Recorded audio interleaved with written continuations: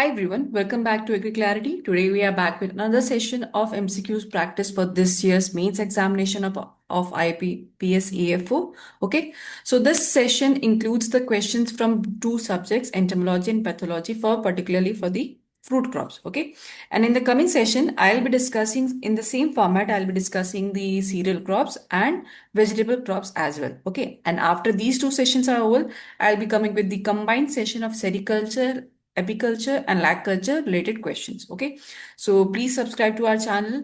Don't forget to click that bell icon to receive all the notifications of the uploaded videos, right?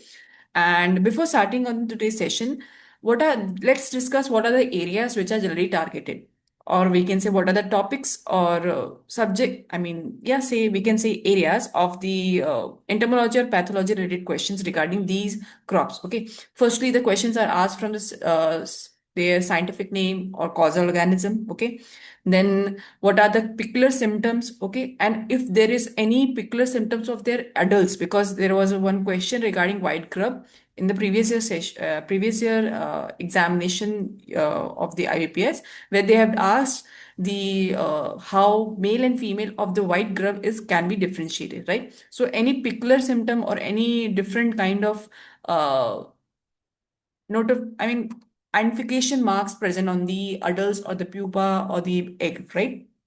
Like diamond back moth. Why they are said so? Because the adults have kind of diamond shaped, or you can know how diamond shape is this. Okay, these are diamond shaped markings on their wings. Okay, so that is why they are also known for their diamond back moth. They have been named so. Okay, then any favorable conditions for for the diseases, for the powdery mildew, there are specific climate conditions. For downy mildew, there is specific climate conditions. Okay, for malformation, there is specific climatic conditions. So in this way, and any particular biocontrol agent used in the management practices. That's all. Okay, these are the only areas from where the questions are asked. Okay, so try to differentiate or compare the all the diseases which you are seeing into this session to get a better clarity and to have a better grip on these topics. Okay, so let's start with the first question. If the hoppers control effectively before the flowering, which of the following secondary problems is most likely to be reduced automatically? Try to watch this session in 2x speed. Try to save your time and just go through these questions as a practice. Okay. Then option C is mango malformation, powdery mildew, sooty mold, mango stone weevil, and stem borer infestation. So here we are talking about how hoppers can be controlled to effectively before the flowering. So option C is the correct answer here. Why? Because hopper secretes honeydew, which supports the fungus Capnodium magniferae, which causes the sooty mold problem. Okay, so thus by controlling the hoppers, prevent the mold formation here, right? Moving on to the next question. Which of the following conditions favors the incidence of powdery mildew? Again, if you have made notes of the characteristics of the powdery mildew, what are the favorable conditions, how the spores look like, they have different spores for different diseases. So you'll be able to differentiate these options. Okay, so options are hot and dry weather, continuous rainfall, cool, dry nights with the warm and humid days, then waterlogging conditions and severe pruning before the flowering. So option C is again correct here. Why? Because the powdery mildew, which is Odium magniferae, favored by the cool nights, high humidity and dry, warm days, especially during the panicle emergence. So that is why they favor the incidence of powdery mildew in the mango. Okay. Moving on to the next question. If a mango tree shows black crust-like fungal growth on the leaves, but fruits appear unaffected. So here you can see how the peculiar symptoms is being represented here, right?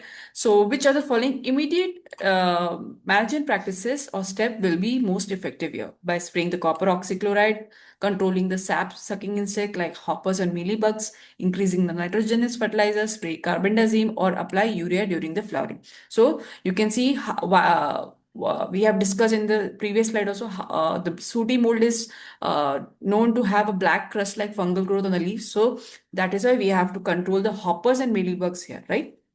Because they are honeydew producing insects, and on these honeydew the Capnodium magniferae fungal it establishes its coat, and growth and leads to black rust-like fungal growth, right?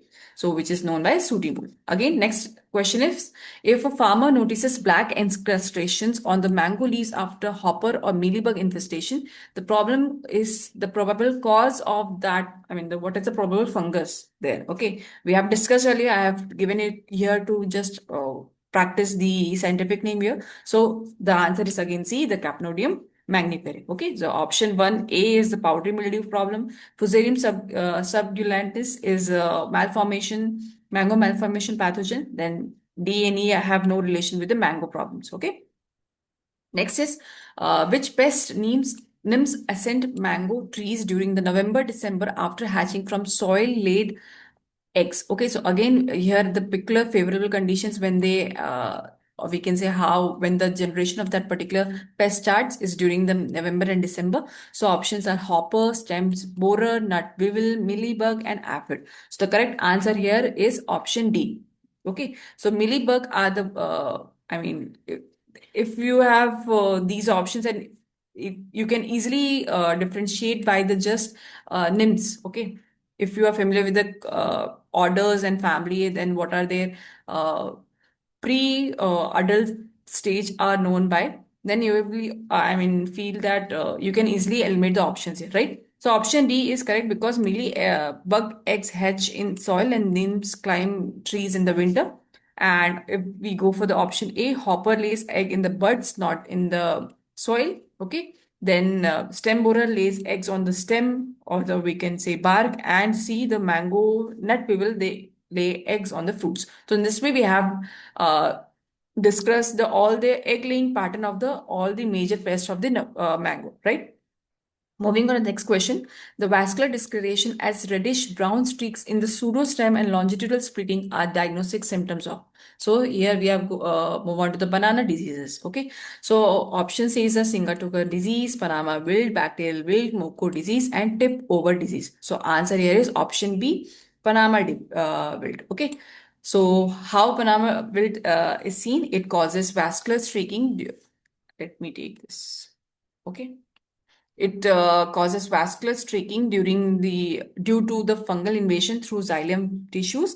The reddish brown discoloration and splitting of pseudostems are classical signs of internal fungal colonization and toxic production. These symptoms differentiate it from Moko disease, where bacterial ooze is seen, not streaking. Okay, so in this way we have differentiated two diseases here. Okay, the Moko disease and the Panama wilt. Okay, sometimes the appearance of the symptoms seems to be same, but the difference is that the Moko disease is bacterial while Panama is a fungal. So obviously the bacterial diseases have a some hinge of ooze formation in it, right? Next is, which of the following conditions most favor the outbreak of Panama wilt in banana plantations? Okay, poorly drained soils with continuous cropping, sandy loam soils under low humidity, well drained soils under high sunlight, then fields with crop rotation and soils treated with the fungicides. So what are the most favorable conditions for the outbreak of Panama disease? Is actually the poorly drained soils with continuous cropping. How? Because the fusarium wilt or fungus thrives in the moist, poorly drained soils where oxygen deprivation weaken the roots. And continuous banana cultivation promotes the chlamydospores. As you can know, as you know that wilt have two types of spore, micro and macro spores, right? And the spores are known by chlamydospores. So they build up in the soil, increasing the inoculum pressure. Such stagnant moisture conditions enhances the disease persistence and the root infection problem in the Panama disease. Okay, so that is why the here we have again revised the favorable condition for the outbreak of the Panama disease. So please take note of this if you haven't revised these all diseases as of now, right? Next question is, Moko disease of the banana can easily be distinguished from the banana list. I have discussed earlier again, uh, longitudinal splitting, red streaks in the vascular bundles, bacterial ooze on the cutting of pseudostem, infection through nematode molds, and the dry wilt symptoms. So this is very clear. Okay, option C is the correct answer here. Okay, why? Because the Moko disease is known by Ralstonia solanacearum. Uh, Infection leads to wet bacterial ooze from the cut surfaces of the pseudostem, while the Sporium oxysporum causes dry vascular discoloration. So ooze is the diagnostic symptom or sign here for confirming the bacterial wilt nature, right? Next is the question ninth of the today's session. Which of the following statements about banana bunchy top is not correct? So we have to choose not correct option here. Okay. The disease is caused by banana bunchy top virus. Okay. They are transmitted through aphid vector. The losses can reach 100%. The fungicide spraying is effective control, and infective suckers serves as a primary inoculum. So answer we have to choose the not correct. So option D is here, okay, which is the not correct. Why? Because since bunchy top is a viral disease, right? So the fungicide is not effective here. So you can see how the options are very close and very correct, but in between there is an option which can confuse you, right? So the management relies on the vector control like aphid management and destruction of the infected plants using the 2,4-D herbicide, right? Next question is the adult banana rhizome weevil is. Again, I have said earlier how any particular the identification mark is present on any adult or their pre-adult stages. So you have to see that also, right? So the option says that the adults are small and slender, yellowish brown, large and soft bodies, wingless, snout dark brown to black with rich elytra, then wings. The next is long legged and black spotted and flattened with the long endiness. So your answer is C. Okay, they are known by these features. Now dark brown to black with rich elytra wings. Okay.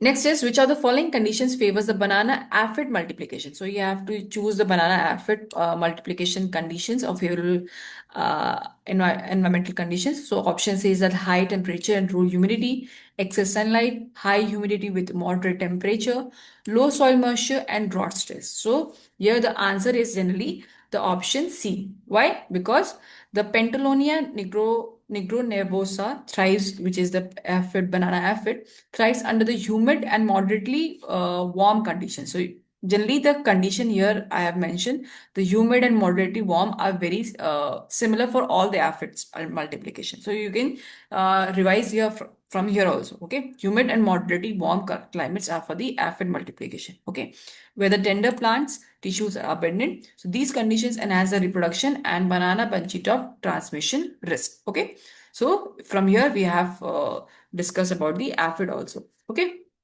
now we are moving on to the citrus diseases. So which of the following statements about gumosis is right? You have to choose the gumosis. Okay, and let's see. So gummosis is caused by Xanthomonas campestri, PV citri. They are characterized by the yellowing of leaves, cracking of the bark, and profuse drumming. Then they are transmitted primarily by the aphid vector. Lesions on the fruits resemble corky scabs, and resistant cultivars are available for this disease. So correct option here is option B. Okay, so option B is correct here because they show gumming on the tree, leaf yellowing, and bark cracking. Waterlogged soils favor this disease. Okay, so you can make note of it. Waterlogged soils favor this disease. It is not bacterial, it is a soil-borne fungal disease. Okay, then the management focuses on the drainage, root source selection, and chemical drenching of the soil, as it is a soil-borne disease. Okay, so you can you must have revised all the points of gummosis from this question itself. Okay. Next question is which is not the correct regarding the citrus canker here. You have to choose a citrus canker regarding statements. So it is caused by Xanthomonas campestri. Lesions typically circular with yellow halo. Then mainly affects sweet oranges and mandarins. Survives in infected leaves for months, and injuries by leaf miner aid in infection. So I feel the option C is the not correct option here because the acid lime, yes. So because it primarily affects the acid lime, lemon, and the grapefruit, not the sweet oranges and mandarins, which is very less susceptible for this disease. So this helps to differentiate the management priorities over the cultivars. Okay, so rest options were correct regarding the citrus canker. It is a bacterial disease. They do have lesions with the yellow halo. Then they survive in the infected leaves for months, and injuries by leaf miner because leaf miner are, they aid in the citrus canker, this bacterial disease transmission. So their infection can, or the injury caused by them can also help in the transmission of this disease. Okay. Next is which of the following integrated measure is effective against the fruit sucking moths. Okay, so you have to choose what are the integrated measures to control the one of the most destructive fruit, I mean the pest of the fruits. Okay, then the option says that hand picking of the larva, septomycin sprays, new neem oil on the leaves, poison baits, and the light and destruction of rotten fruits and body X mixture. So option is very clear here, the option D. Okay, the adult moths are phototropic, so you can poison bait them under the lights. Okay, and arranging poison baits in the under the light and removing the fallen fruits reduces the population, and bagging of the fruits is also effective, but the costly, it is very costly when you are going with the any practices on the large scale perspective. Okay, so in this way we can control the fruit sucking moth. Okay, next is tea mosquito bug. Okay, one of the most important bug, okay, of the plantation crop and as well as for the fruits crops as well. As tea mosquito bug also infests the guava plants. Okay, so this bug nymphs and adults feed on the tender shoots, petioles, and the leaf veins, which are the following is not direct symptom associated by their feeding. Okay, so you have to choose what are the not direct symptoms of their feedings. Then the option says that brownish black necrotic patches on the foliage, elongate streaks and patches in the shoots, resin exuding from the puncher, feeding punctures, blossom light and dieback disease, zigzag silvery mines on the leaves. So we can see easily the option E is here, which is not correct. Okay. Sorry, because the zigzag silvery mines are generally caused by the citrus leaf miner, not the tea mosquito bug. Okay, and tea mosquito bug causes necrotic patches, streaks, raising exudations, and blossom right by piercing and the sucking sap from the young tissues. But leaf mining is completely different symptom caused by the larva that feed between the epidermal layers of the leaves, creating a silvery serpentine trails, or we can say form, zigzag manner, right? So from here, we have differentiated the tea mosquito bug and leaf miner. So I feel the option was very helpful for you. Okay. Next is we are moving on to the anar butterfly, or we can say the pomegranate butterfly larva. Okay, so the larva causes damage to fruit primarily by how they cause damage. The options are feeding on the fruit's surface only, mining the leaves, boring into the fruits, and feeding on the seed and pulps, sucking sap from the tender shoots, and causing gall-like swellings on the fruits. So option here answer is option C. Okay, why? Because the larva bore into the fruit and feed internally on the seeds and pulp. The damage is hidden as the fruit may appear healthy externally, but the larva exists, so leaving round holes on the skin of the fruit. Okay, so the internal feeding not only destroys the fruit but also allows secondary infections causing the fruit rot and premature fruit drop. The external surface freezing, leaf mining, or galls are not the symptoms caused by this pest. Okay, so here we have discussed the major symptomatic symptoms of the anar butterfly. Okay. Moving on to the next question, which are the following management practices specially targets the pupal stage of fruit fly, one of the most notorious pest here. So you have to choose what are the management practices to control it. Okay, spraying insecticide on the fruits. Okay, bagging the fruits, removal of infested fruits, then raking the plant basins and applying carbaryl. Okay, then trapping adults flies with molasses. So the management practices, which is very economical and very foolproof, is option D. Okay, option D. The mature maggots drop to the soil to pupate. They periodically raking of the basins and applying carbonate to the soil kills the pupa before the adult emergence, effectively breaking their life cycle. And other methods are, uh, I mean, they target generally egg, larva, and adult, not the pupa. Okay, so this is the way we can control the pupa stage of the fruit fly. So next question is woolly aphid, apple aphid nymphs. Okay, woolly aphid, apple aphid nymphs and adults feed on which part of the fruit? Which part of the apple trees? Okay, on the leaves, on the flowers, bark, roots, fruit stalks, and calyx. Then fruit surface only, or flowers and petals. Okay, so answer is very, I mean, very prominent here. It is option C, because this aphid sucks the sap from the bark, roots, fruit stalk, and the calyx, which are the very prominent site for the any aphid. Okay, then the feeding causes the galls and reduces the tree vigor, the overnight as an imp at the base, and making these parts the primary sites of their infestation. So leaf of flowering feeding is very minimal. They generally target these greeny leafy structures or parts of the plant. Okay. Now, the second last question of today's session is tobacco caterpillar larva initially feed. Okay, so one of the important disease this pest, because this pest targets the cereal crops as well and the fruit crops. Okay, so from here this question itself you can be easily memorize the characteristics of this particular pest. Okay, so how they initially feed: by boring into the fruits, by mining leaves, by rigorously scraping the chlorophyll, giving a papery white appearance, sucking sap from the petiole, and causing the gall formation. Okay, so the caterpillar, as you can see, the most destructive stage of this pest is larva only, or we can say caterpillar only. So they generally rigorously scrape the chlorophyll, giving a papery appearance to the leaves. Okay, so in this way, leaving the paper very in white skeleton format. So this makes young seedling highly vulnerable, and internal feeding, sap sucking, or galls are not their early symptoms. Okay. Now, the last question of today's session: scab lesions on the young apple leaves typically appear as how, if you're familiar with the general terminology related to scab, you can easily eliminate the options here. Okay. So, the circular corky lesions with a yellow halo, whitish felt like patches, olivaceous spots with radiating feathery edges, water-soaked black patches, and necrotic streaks along the veins. Okay. So, the answer here is option C. Okay.